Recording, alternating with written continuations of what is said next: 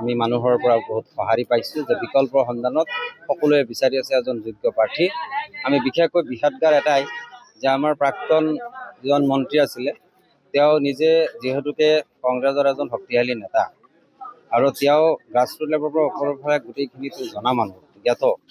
সেই মৰ্মে বাই ইলেকশ্যনত যিটো ফলাফল লাভ কৰিলে কংগ্ৰেছে চামগুৰি পুৰণা চামগুৰি নতুন চামগুৰিত যাতে দুনাই কংগ্ৰেছৰ সেই বেয়া ফলাফলটো যাতে নহয় তাৰ কাৰণে আমি আগৰ পৰা লাগি আছোঁ যে তেওঁৰ এজন সন্তান তানজিল হুছেইন নাম সাংসদগৰাকী, গতিকে তেওঁক আমি যোগ্য বুলি বিবেচনা নকৰোঁ।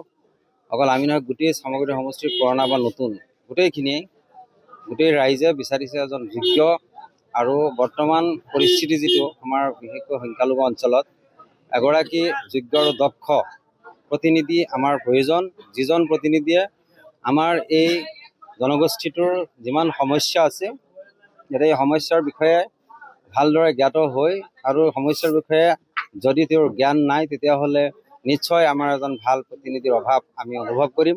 গতিকে আমি অনুৰোধো জনাইছোঁ হাইকমাণ্ডলৈ আগতেও, এতিয়াও আজিও জনাওঁ যাতে এজন যোগ্য অকল সাংসদৰ পুত্ৰ বুলি যাতে তেওঁক আমাৰ কংগ্ৰেছৰ পৰা হাইকমাণ্ডে নিৰ্বাচন নকৰে, অৰ্থাৎ প্ৰাৰ্থিত্ব নিদিয়ে।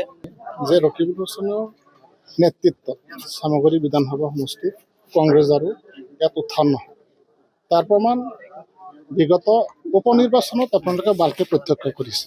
তাৰপিছত যদি আপোনালোকে পঞ্চায়ত নিৰ্বাচনো চাই দেখিব যে মানুহে পঞ্চায়ত নিৰ্বাচনত স্বতঃস্ফূৰ্তভাৱে কংগ্ৰেছত ভোট দিয়াৰ বিনিময়ত আজি আপুনি শিঙিমাৰী আঞ্চলিক পঞ্চায়তটো কওক, 12টা পঞ্চায়তেৰে গঠিত আঞ্চলিক পঞ্চায়তেৰে 9জনেই কংগ্ৰেছৰ এপি মেম্বাৰ আছে।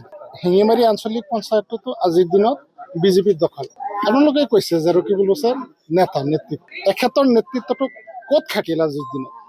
এখেতে 9জন আঞ্চলিক পঞ্চায়তৰ সদস্য থকাৰ পিছতো যদি আঞ্চলিক পঞ্চায়তটো গঠন কৰিব নোৱাৰিলে ইয়াতকৈ আৰু ব্যৰ্থতা কি লাগে আপোনালোকে? আপুনি গৰাজান ব্লক কংগ্ৰেছটো, গৰাজান ব্লক আঞ্চলিক পঞ্চায়তটো, তাত 10জন আঞ্চলিক পঞ্চায়তৰ সদস্য কংগ্ৰেছ দল, তাত আঞ্চলিক পঞ্চায়তৰ সভাপতি বা সভানেত্ৰীৰ আসনখনৰ বাবে অথচ টৰ্চৰ মাধ্যমত তাতকৈ আৰু ব্যৰ্থতাৰ কাৰণ কি হ'ব পাৰে আপোনালোকে কওক? ঠিক আছে, এইখিনি ব্যৰ্থতাটো জনাইছে। গতিকে ৰকিবুল হুছেইনৰ নেতৃত্বত কোনেও আজিৰ দিনত মানা নাই আৰু অনাগত দিনত নামানে, কোনোদিনেও মানি নলয়। যদি আপোনালোকে প্ৰতিজন মানুহকে সোধে আজি 99% মানুহে স্বীকাৰ কৰিব যে তানজিল হুছেইন এজন অযোগ্য প্ৰাৰ্থী ইয়াত চামগুৰি বিধানসভা সমষ্টিৰ কাৰণে, কোনোদিনো যোগ্য নহয়। যাৰ পৰিপ্ৰেক্ষিতত আজি 21জন মানুহ সমষ্টিত ওলাই আহিবলগীয়া হ'ল। আৰু ইতিমধ্যে প্ৰকাশ পাইছে, আমাৰ হেৰি হ'ল 3 দিন বৈঠকৰ অন্তত আমি এটা সিদ্ধান্তত উপনীত হৈছোঁ যে 21জনৰ প্ৰাৰ্থিত্ব বিচৰা 21জন প্ৰাৰ্থীৰ ভিতৰত আজি আমাৰ 17জনেও আকৌ আমি উদ্ধ কৰিছোঁ। যিকোনো খবৰৰ বাবে যোগাযোগ কৰক 7099017330 লগতে 7099017110 নম্বৰত।